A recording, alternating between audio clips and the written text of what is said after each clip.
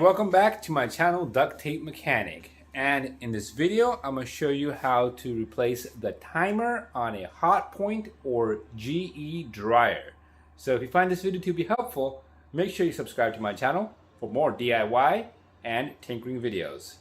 Alright, so here is the dryer in question. This video is going to be applicable to pretty much any sort of GE or Hotpoint dryer manufactured in the last 10 or so years. Basically, there's a couple of different reasons why you may be changing out the timer of your dryer, but a common culprit on this sort of machine is that the shaft of the timer gets sheared off quite often. Now, why does that happen? Well, a leading reason to that is people often turn this in the counterclockwise direction when they should only be turning it in the clockwise direction. Unfortunately, if the shaft of the timer gets sheared off like this one is, the entire timer will have to be changed. The good part is that this timer doesn't run any more than $70, so for that cost to get your dryer up and running, it's well worth it. Before we get to actually replacing the timer, the first thing you want to do is make sure your dryer is unplugged. Go ahead and pull off this knob if yours is still staying on. Go ahead and undo these 2 1/4-inch screws. You got one on this end right here, and then you got another one all the way across on this end right here.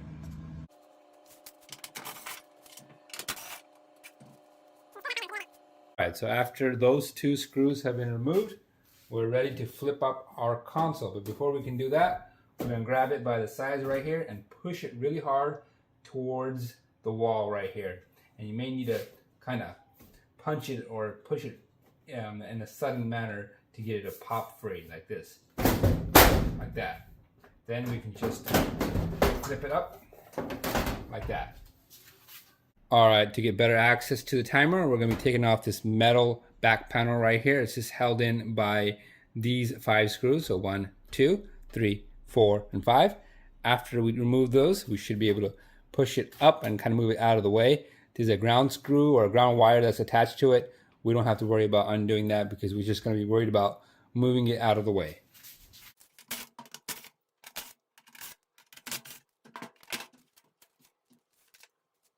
So before we do anything, we want to make sure we order the correct timer. So the model number of it is going to be TMD1EM35. So if yours has that same model number written right there, what I will do is I will provide a link where you could just click on the link, and it should also be in the description of this video, so you can just order that timer and won't have to search around to find it. Now, if yours is not this model number, and even though the picture may look like it, only order the model number that's on your original timer. There's a couple of them out there that look the same, but they have different functions, particularly different safety features, so you don't want to bypass anything. But for this particular one, that's the TMD1EM35, I will be providing the link to that in this video. It should be in the description as well. Alright, so the easiest way I found to do this is to go ahead and get your new timer and put it next to the old one, and then just take off one wire from the old one and put it on to the new one. That way you don't have to worry about taking pictures, you don't have to worry about remembering what wire goes what. So you just want to orient it the same. The motor looks a little bit different than the original, but it's the same. You want to have this hole right here matched up with the little screw, the star bit screw right here. I'm going to show you where that screw is. It's on the upper left right there, and that's where that hole goes, and we'll take that off at the end. But first we're going to go ahead and just one by one transfer these wires over.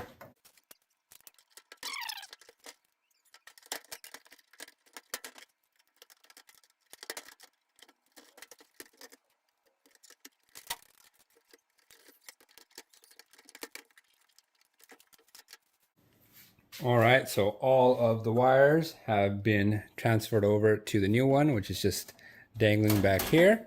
And all we need to do is remove this star bit screw right here using a star bit driver, and Then we're going to turn this thing counterclockwise and it should come right out.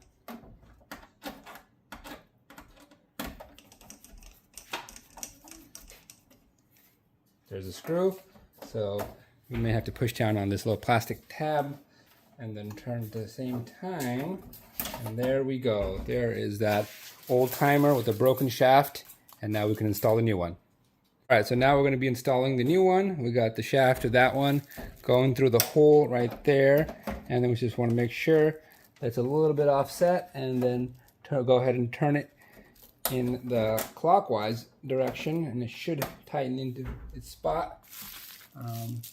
If we did everything correctly, yes, we did. Nice little click sound. And once it's in there, go ahead and put that screw back on. After that, we're going to go ahead and grab our back panel right here. I'm going to put that on. These tabs will go into the slots in the back of the dryer, so, like so, and then just put those screws back in.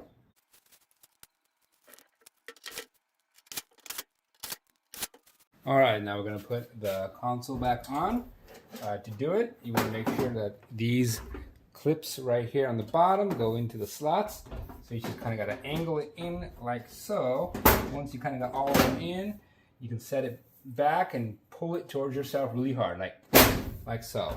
And then we'll put those two large 1/4" screws in the back.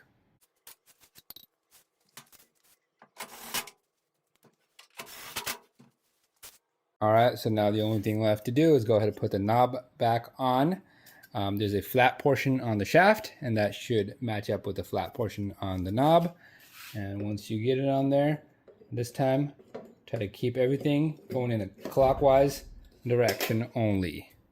Right, so that is how you replace the timer on a GE or Hotpoint dryer. So if you found this video to be helpful, make sure you hit the thumbs up sign.